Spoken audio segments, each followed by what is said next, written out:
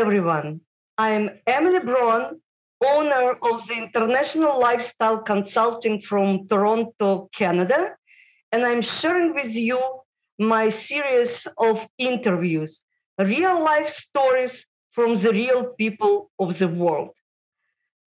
I have pleasure today to introduce my new friend, Romy Macias, from Mexico, representing city Santiago de Queretaro, or just Queretaro, from Queretaro state. And I know that Romy has a lot of stories to share. Romy was soloist of Classical Ballet Theatre in Queretaro. Romy lived in Europe.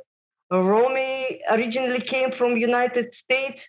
Okay, Romy, please tell us who are you and why you ended up in Querétaro.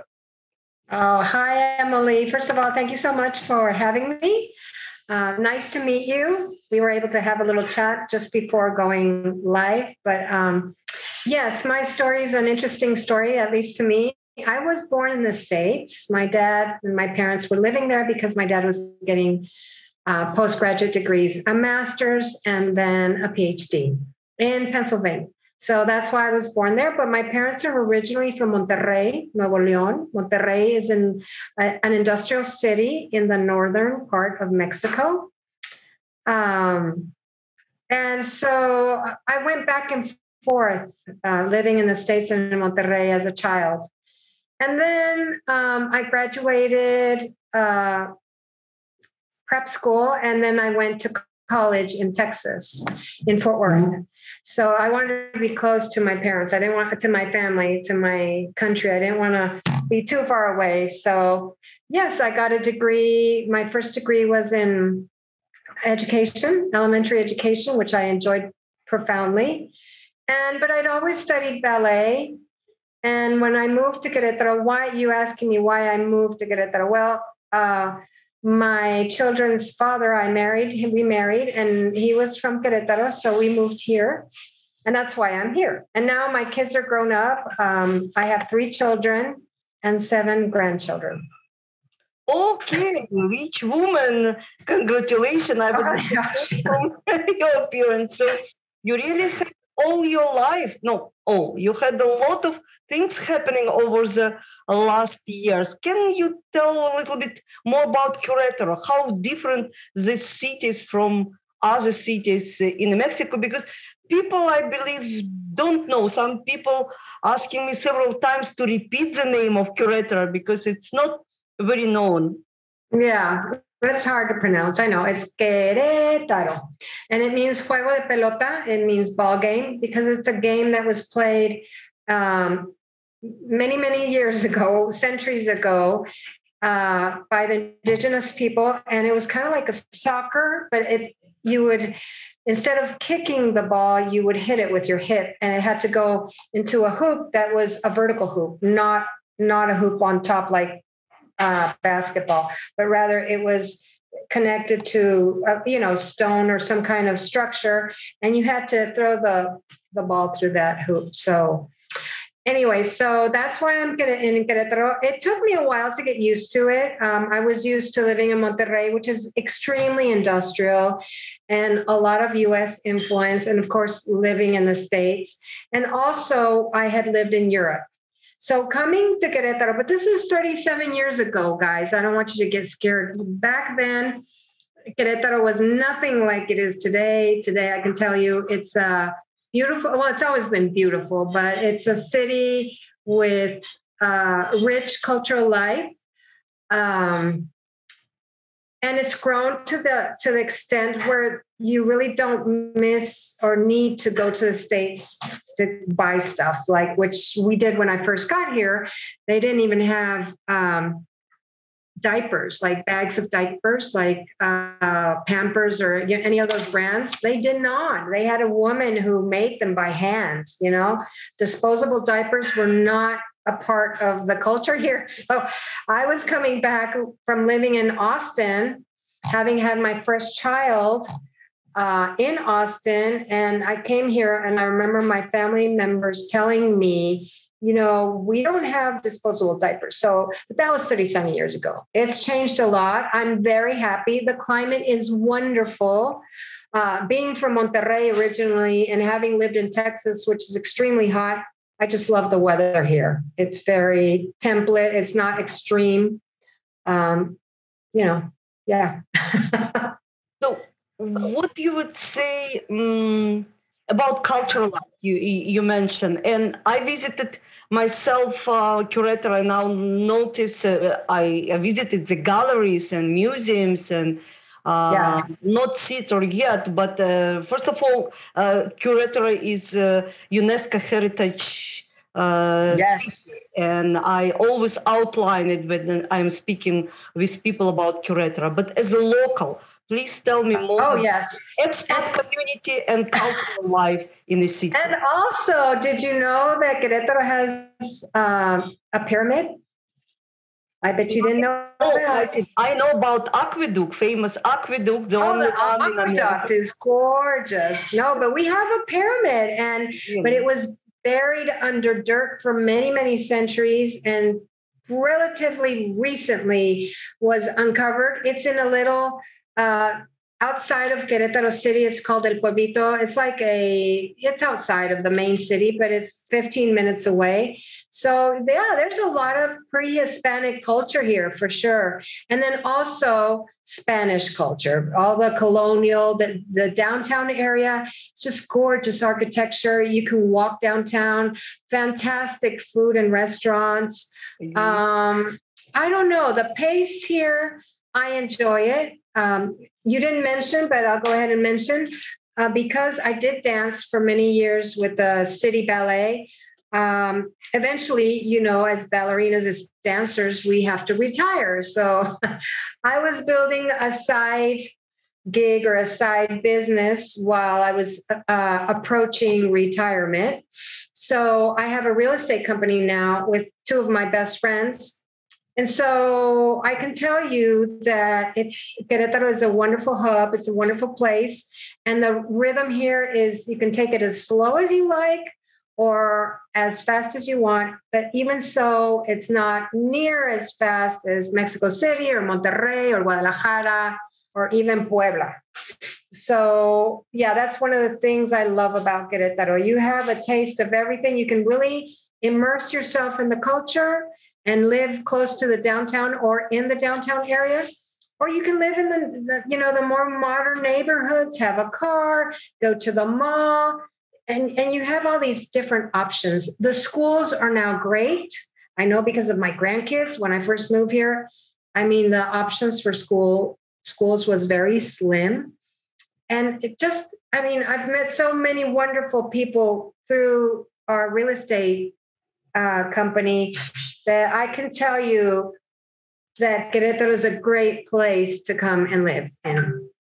Thank you. It's very encouraging, especially I can share with our listeners that I'm planning to come to Querétaro in a month exactly, actually to complete my temporary residence. And I selected this city as the best for me. But speaking about you, Romy, what you would advise our listeners, people who would consider to move to Mexico and specifically in Querétaro,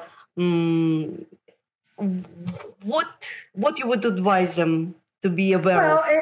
First of all, what is your intention? Do you want to come here for a while?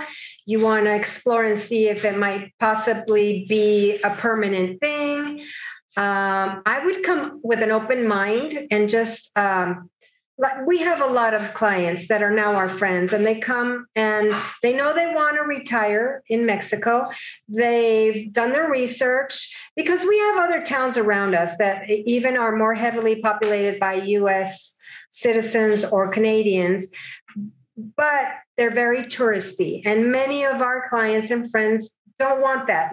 They can travel 45 minutes to San Miguel de Allende, spend the day or even maybe a weekend, but they prefer coming back to Querétaro because it's really low key.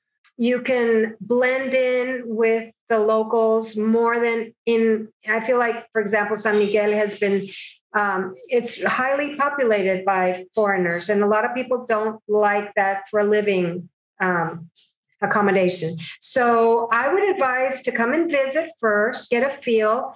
Now, this isn't a plug, but I mean, I just want you to know that we do help people with what we call colonial tours, which we give short tours, and and we show people what there is in Querétaro. The downtown area, the more modern areas, the colonial areas, because there's Centro, but then there's a lot of other neighborhoods around that are just as nice and maybe less expensive, but they're really good parks and places to take your dogs and, to walk and exercise. And there's good schools. So we offer them the possibility of first kind of like scouting around to see what it is that would appeal to them.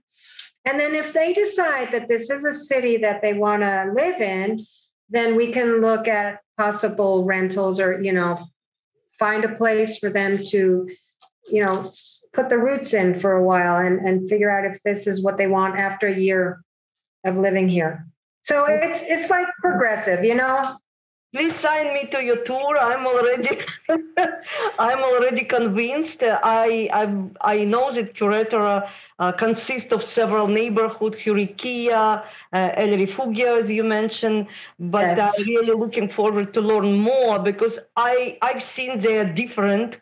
And I believe that Querétaro really can offer a lot of different lifestyle types for different type of people, for retirees, for remote workers, for professionals who are working locally.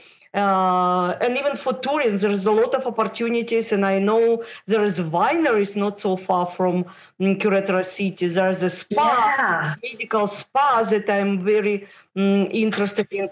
Can you tell a little bit more about a medical system, about health system in Querétaro and options? Because it's one of the questions I have. You get asked a lot. Yeah. And that's super important to have something, to know that you're going to be taken care of in case of an illness or an accident. Yes. There's really good hospitals here. I mean, I can list them.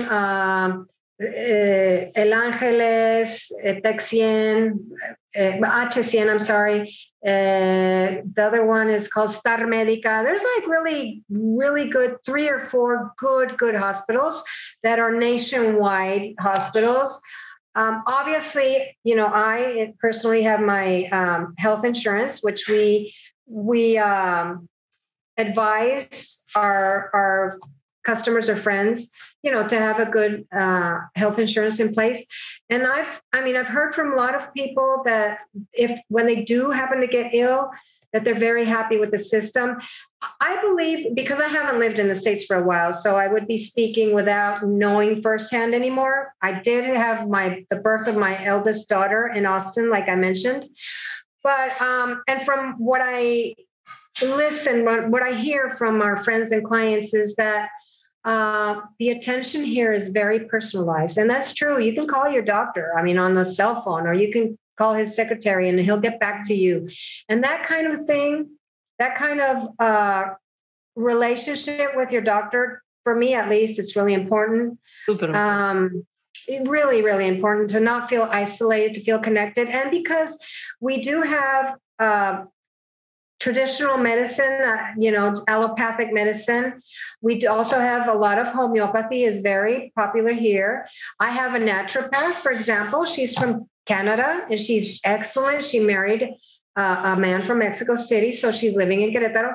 So you have this, possibility, this options of different medical ways of, like for a cold, maybe you want to go to a homeopath, or I also have an ears, nose, and throat doctor, eye, ears, and nose. So as far as health, I feel very safe. Coming from Monterrey, I wouldn't have said the same thing 37 years ago. When I first got here and I had my other 2 children here, it was like, and a lot of my friends went back to Monterrey to have their babies, I decided to be brave and I had them here, but that was many years ago. And now it's totally different. The hospitals are really well set. The doctors are excellent. Many are from Mexico City. Some are foreign, like my naturopath. So I would feel very safe and okay to recommend doctors here. Thank you. And the system. How affordable medical care? Oh gosh, there is a public system which I just looked recently. There is. But you have to be employed by some company. I don't use it personally. When my kids were little, I used it for vaccinations. For my kids' vaccinations, that was very, very helpful. The public health system. Yeah, that was really, really good. What about Seguro Social? Seguro Social, you've heard of it? Social. Yes. Yeah, Seguro Social, that's the name of it.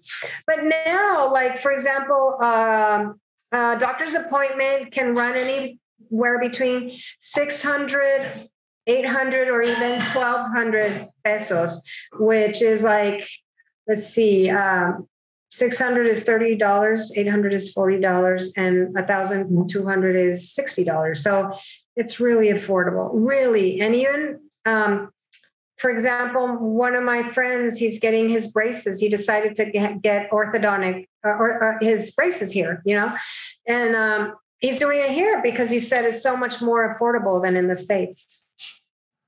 Yes. Okay. We will speak in details about health insurance when I will come to Queretaro, because it's really important for many of people who considering it, specifically for baby boomers, for people who consider to retire while still working.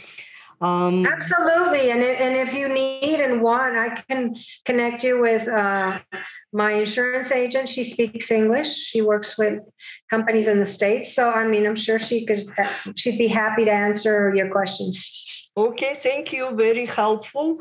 And any kind of negative aspects of life in Mexico and Querétaro? Why I'm asking, because people have a lot of biases and asking me about crime, and I'm trying, of course, real stories, and every place has some specifics. I would like people to have real information. What you would say? Yes, absolutely. And totally, that's really important, something to look into before making a decision.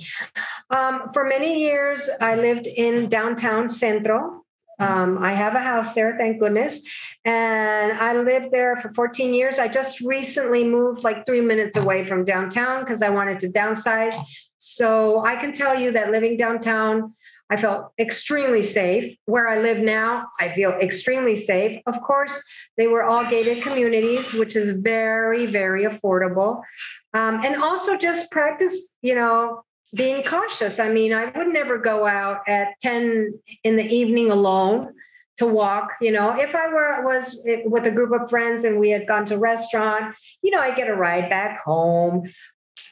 Fortunately, I never had any problems. I've heard of stuff, but in the 37 years I've lived here, personally, I've never experienced anything, and neither has my close family. I just think you have to be smart about when you go out and just don't go out alone very late at night.